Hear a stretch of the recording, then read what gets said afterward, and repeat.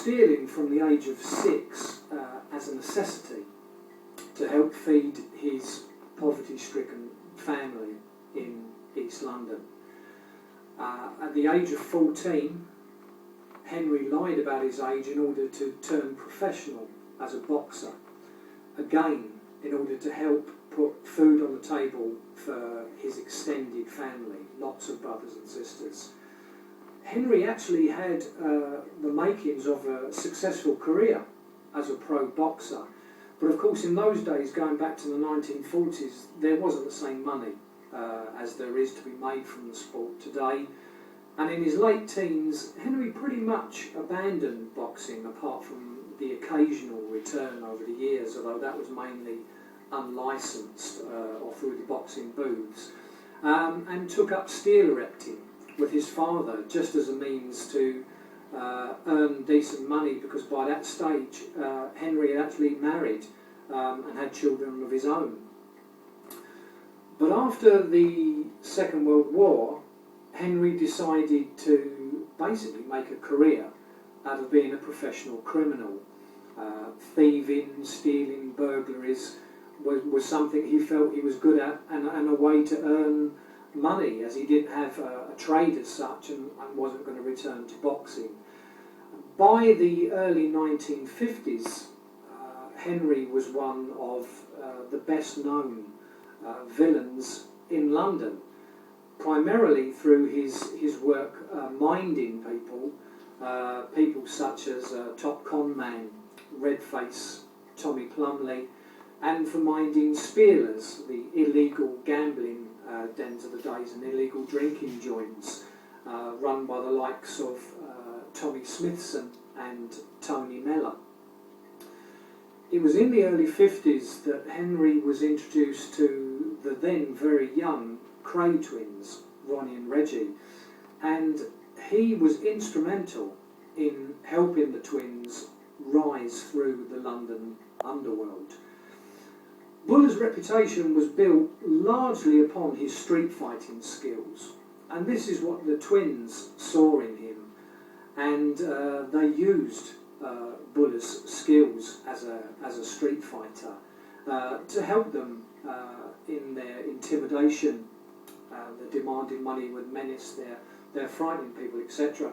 But Buller never actually wanted to become a member of the firm as such, and this is why his name is only vaguely mentioned when you read these histories of the Krays. Buller was always a loner. He had lots of criminal friends and associates, but he never wanted to be part of a criminal gang, and that's why he worked with a lot of different people. Towards the end of the 50s, Henry was beginning to lose some of his closest criminal allies, the likes of Tommy Smithson, Tony Mellor, Big Alf Melvin, all brutally murdered.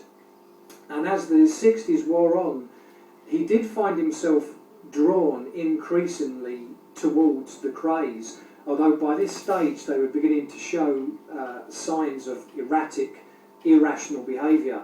And Henry was always very wary in the early to mid-60s about being around the Krays and the people that they surrounded themselves with. Several stretches in prison over the 50s and 60s, but things really came to a head for Henry in the late 60s when several gang beatings, a couple of bad slashings, including the famous one when he turned against the Krays in order to defend his friend Tony Mafia, who the Krays were hunting at the time.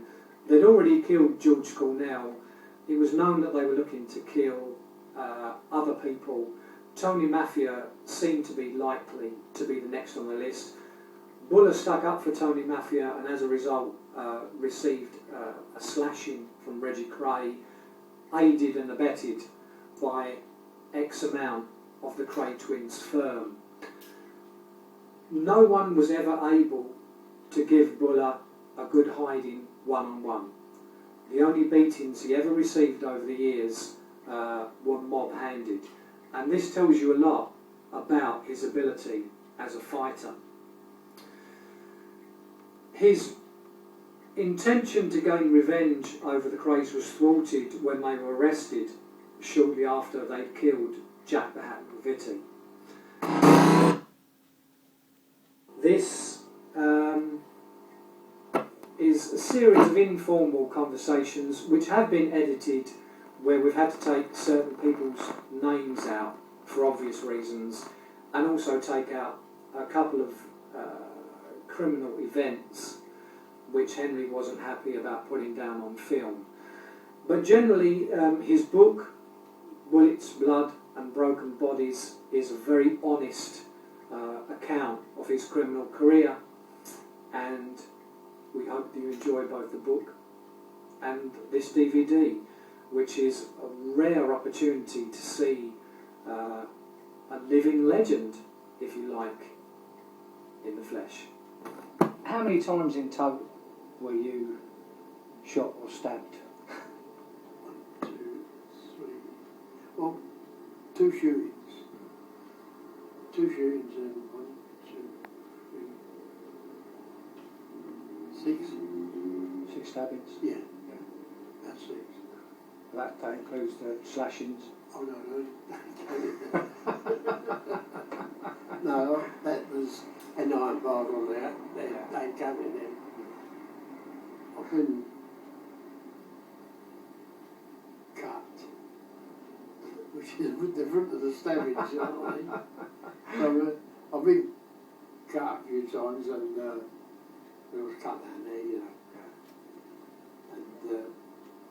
And then been out there with a few times with balls and bars. That was with the Krays. They built me on someone behind, done me with a ball, because they're all a little henchmen, you know, all come round you like those little cowards, you know what I mean? Reggie and Ronnie,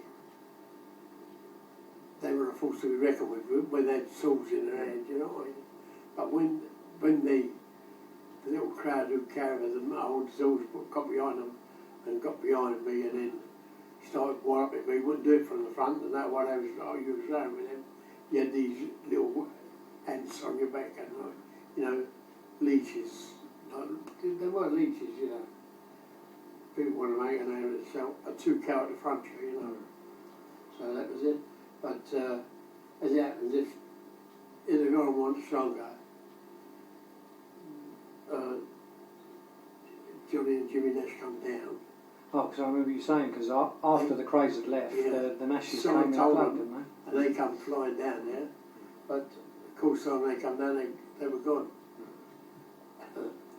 Because it was not long after that, you know, when the famous hit list that Ronnie was supposed to have drawn up, Yeah. people he wanted killed, Yeah, you were at the top of it, list. weren't you? I was at the top of the list. Yeah. And wasn't it Johnny or Jimmy who helped persuade them to take you off it?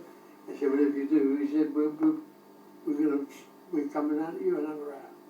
And they said, do you want to swallow it? I said, he's a pal of ours and you better leave it out. So that's what, you know, but...